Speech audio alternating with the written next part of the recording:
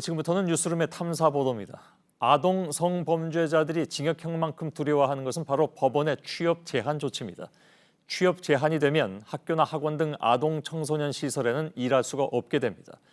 작년에 법이 개정된 이후에는 재판부가 이 취업 제한 여부를 직접 판결에 명시하도록 했습니다.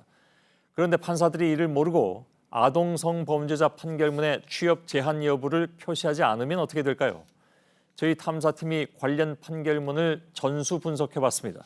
그랬더니 13살 제자를 성추행한 태권도 관장도 또 6살 조카를 성폭행한 삼촌도 판사들의 실수로 취업 제한을 받지 않았습니다. 임지수, 이호진 기자가 전해드립니다. 서울의 한 학원가입니다. 이 근처 학원에서 일하는 사람들, 그러니까 셔틀버스 운전자부터 교사까지 모두가 거쳐야 하는 것이 있습니다. 바로 이 성범죄 경력 조회인데요. 실제로 학원 현장에서는 어떻게 이루어지고 있는지 한번 확인해 보겠습니다. 본인한테 가서 직접적으로 가서 발굴 받아오라고 해요. 왜냐면 저희는 아이들이 터치가 많은 상태이기 때문에 항상 신경 쓰고 있죠, 저희. 학교와 유치원, 병원 등도 마찬가지. 아동 청소년 관련 시설들은 직원들의 동의를 받아 경찰을 통해 성범죄 경력을 조회합니다. 경찰서에서 내주는 성범죄 경력 조회서입니다. 이렇게 아동 청소년 기관에서 일할 수 없는 취업 제한 대상자인지 여부 이걸 표시해 주는 건데요. 이 학원 측에서는 이 회신서를 받아서 관할 지자체에 제출하면 되는 겁니다. 그런데 아동 성범죄 전과가 있다고 해서 모두 취업 제한이 되는 건 아닙니다. 아동 성범죄자 중에서도 법원이 판결문에 취업 제한을 적시한 사람만이 해당됩니다. 재판부가 이를 아예 판단하지 않으면 어떻게 될까? 태권도 도장에서 13살 소녀 등을 상습 강제추행하고 불법 촬영한 혐의로 징역 7년형을 받은 관장 A씨.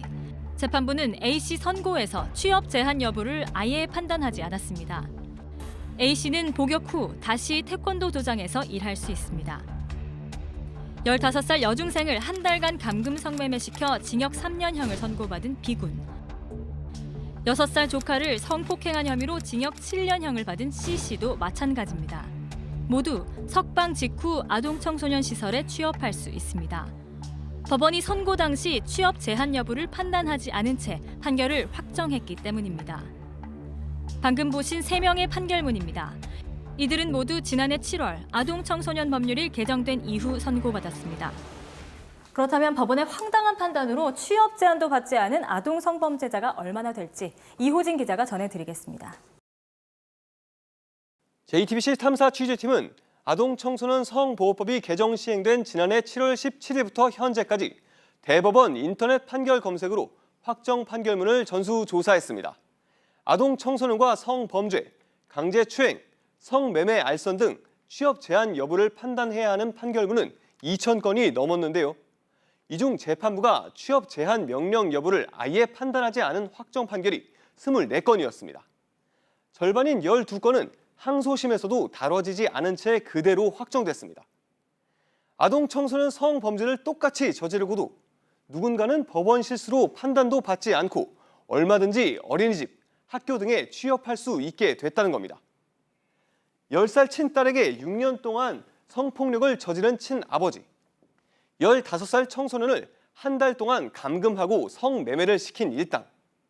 이들은 모두 형기를 마치면 자유롭게 아동 청소년 관련 기관에 취업할 수 있습니다.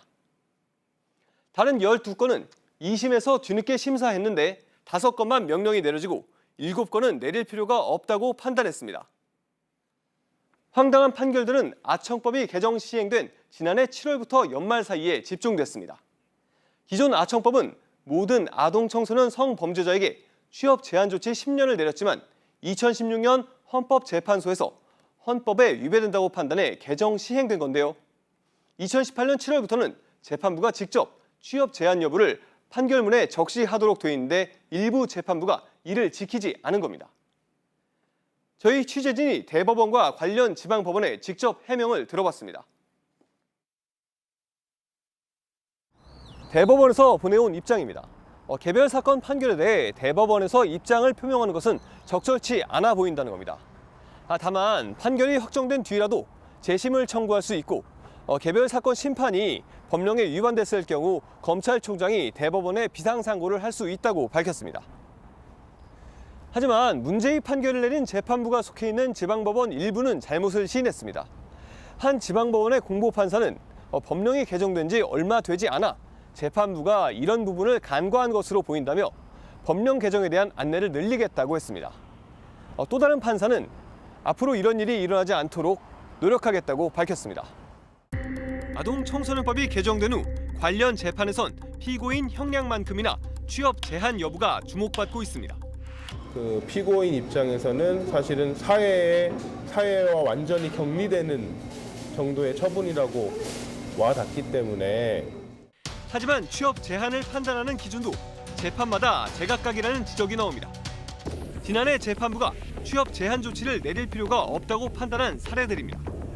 이웃 아동 청소년 자매를 성폭행한 남자부터 11살 이웃 아동을 성폭행한 남자, 지나가는 아이를 끌고 가 성추행한 남자들이 포함돼 있었습니다.